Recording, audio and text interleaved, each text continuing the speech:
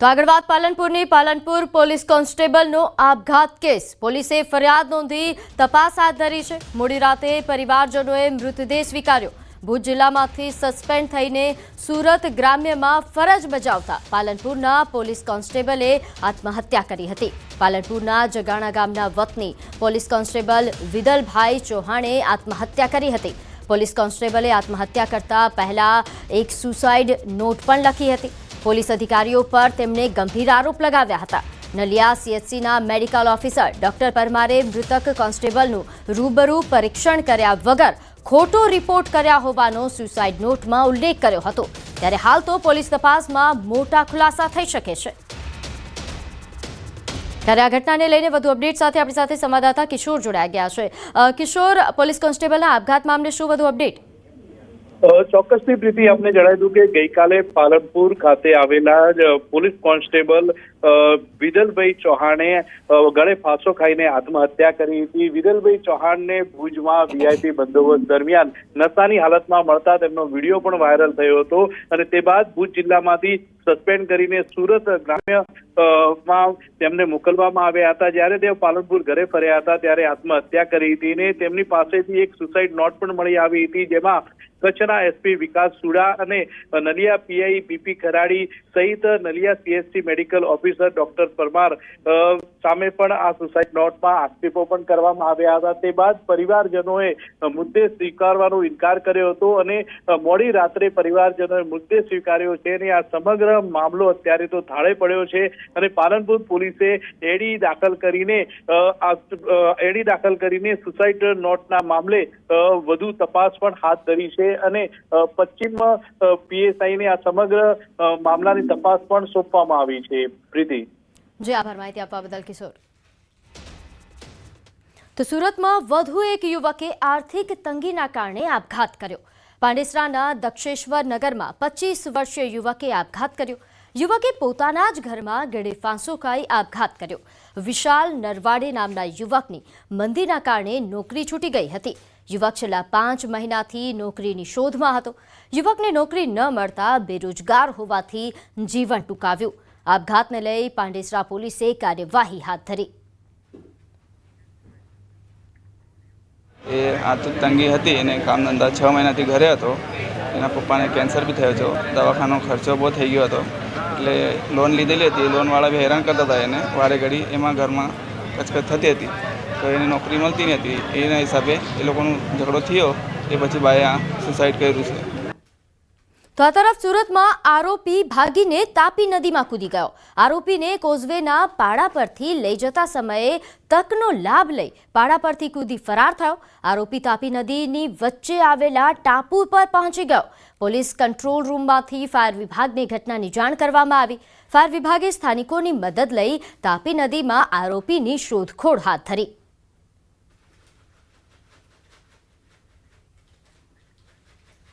રાજ્યમાં ગઈકાલે પણ આપઘાતની અનેક ઘટનાઓ સામે આવી, જેમાં મોડેલ, રત્ન કલાકાર તેમજ પોલીસ જવાને આપઘાત કરતા ખળભળાટ મચી ગયો।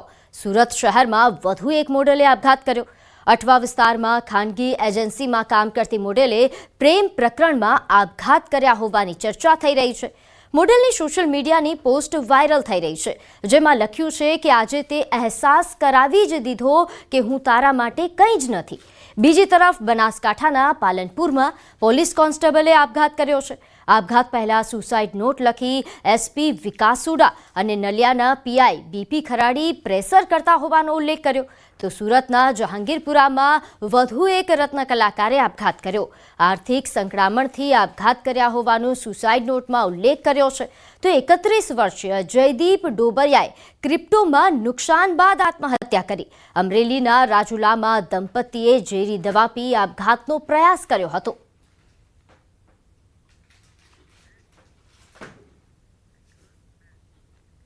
આગળ વાત રાષ્ટ્રપતિ ડોનાલ્ડ ટ્રમ્પ દ્વારા નેશનલ ગાર્ડ તૈનાત કર્યા બાદ લોસ એન્જલસમાં વિરોધ પ્રદર્શનો વધુ તીવ્ર બન્યા છે। અમેરિકાના લોસ એન્જલસમાં હિંસક વિરોધ પ્રદર્શન થઈ રહ્યા છે। પ્રદર્શનકારીઓએ પોલીસ પર ફટાકડા અને પથ્થરમારો કર્યો છે। ટ્રમ્પે 2000 નેશનલ ગાર્ડ મોકલ્યા છે। ગેરકાયદેસર ઇમિગ્રન્ટ સામે કાર્યવાહીનો વિરોધ કરવામાં આવી રહ્યો છે। અત્યાર સુધી 118 લોકોની ધરપકડ કરવામાં આવી છે।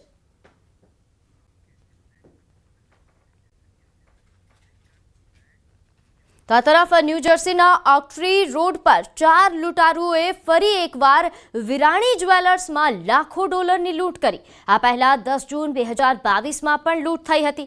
ત્યારબાદ ઓક્ટ્રી રોડ પરના તમામ જ્વેલર્સ માલિકોએ પ્રાઇવેટ સિક્યોરિટી રાખી હતી, પરંતુ 7 જૂન 2025ના બપોરના 12:15 લૂંટારુ કાળા કલરની કાર લઈને આવ્યા અને લૂંટ કરીને આતંક મચાવ્યો। વિરાણી જ્વેલર્સમાં તોડફોડ મચાવી તમામ દાગીનાઓ લઈને ફરાર થઈ ગયા। ચોંકાવનારી બાબત એ છે કે જૂન 2022માં જ્યારે લૂંટ થઈ હતી તે વખતે એક પણ અપરાધી પકડાયો ન હતો। પોલીસ આ અપરાધીઓને પકડે તે પહેલા જ 2025માં બીજી વખત લૂંટ થઈ।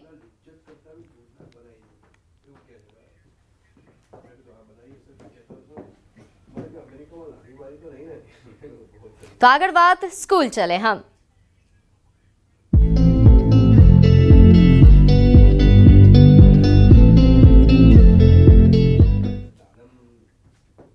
આજથી શાળાઓમાં શૈક્ષણિક સત્રનો પ્રારંભ થયો છે। શાળાઓમાં ઉનાળુ વેકેશન પૂર્ણ થયું। 54,000 શાળાઓમાં આજથી નવા શૈક્ષણિક વર્ષનો પ્રારંભ। શૈક્ષણિક સંકુલો બાળકોના કલરવથી ગુંજી ઉઠ્યું છે। લાંબા સમયથી ખાલી પડેલા વર્ગખંડો ફરી જીવંત બન્યા છે। 35 દિવસના વેકેશન બાદ વિદ્યાર્થીઓમાં શાળાએ આવવાનો અનેરો ઉત્સાહ પણ જોવા મળ્યો। પ્રથમ સત્ર 105 દિવસનું રહેશે અને બીજું સત્ર 144 દિવસનું રહેશે। આજે મારો 10thનો પહેલો દિવસ છે। મને એવી શિક્ષણ બહુ સારું છે, એટલે મને એવી આશા છે કે હું પણ આ 10thમાં રેન્ક કરીશ અને સારા માર્ક લાવીશ। ઉનાળાના વેકેશન બાદ ફરી અભ્યાસ શરૂ થયો છે, પણ આમ પહેલાં ડર લાગતો હતો, પણ શિક્ષકોના પ્રોત્સાહનથી ને એમના બધાથી અમને આમ અંદરથી થયું છે કે ના, અમે પણ કરી શકીશું, મહેનત કરીશું અમે પણ। આજે મારો પહેલો દિવસ છે। ઉનાળાના વેકેશન પછી સ્કૂલના પહેલા દિવસે આમ થોડું નર્વસ થઈ જવાય, પણ પાછળના રેન્કર્સને બધું જોઈને કે થાય છે અને શિક્ષણ સ્કૂલનું જોઈને કે ના, આ વખતે 10thમાં રેન્ક તો આવી જ જશે। અને ઉનાળાના વેકેશનમાં છે ને મસ્તી બી કરીને એમ મામાના ઘરે ને એકદમ મજા આવી, પણ જોડે જોડે એવું બી ટેન્શન હતું કે 10મામાં શું થશે, પણ કરી લઈશું અમે અને રેન્ક આવશે।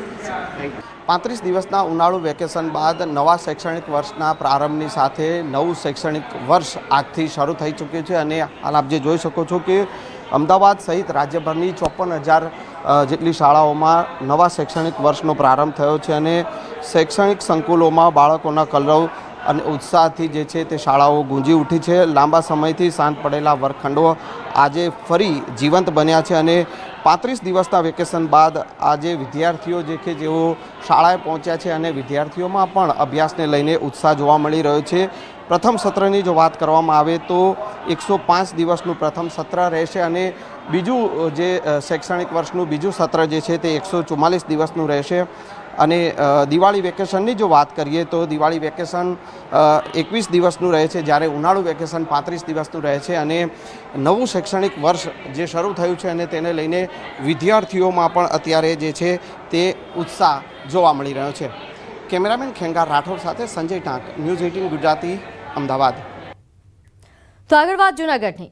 અહીં આમ આદમી પાર્ટીના ઉમેદવાર પર હુમલાનો આરોપ। આમ આદમી પાર્ટીના ઉમેદવાર ગોપાલ ઇટાલિયાના આરોપ છે। વિસાવદર શહેરના જીવાપરા વિસ્તારની ઘટના। પ્રચાર દરમિયાન હુમલો કર્યાનો આરોપ લાગ્યો છે। ભાજપના ઉમેદવારના માણસોએ હુમલો કરાવ્યાનો આરોપ લગાવવામાં આવ્યો છે। આપના ઉમેદવાર અને કાર્યકરો પર પથ્થરમારો કર્યાનો આક્ષેપ। આમ આદમી પાર્ટીના ઉમેદવાર અને કાર્યકર્તાઓ વિસાવદર પોલીસ સ્ટેશન પહોંચ્યા।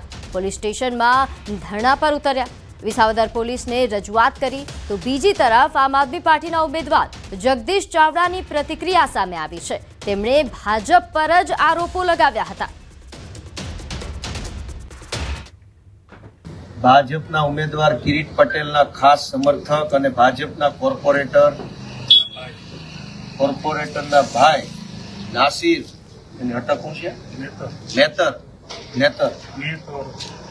નાસિર મેતરના ગુંડાઓ જે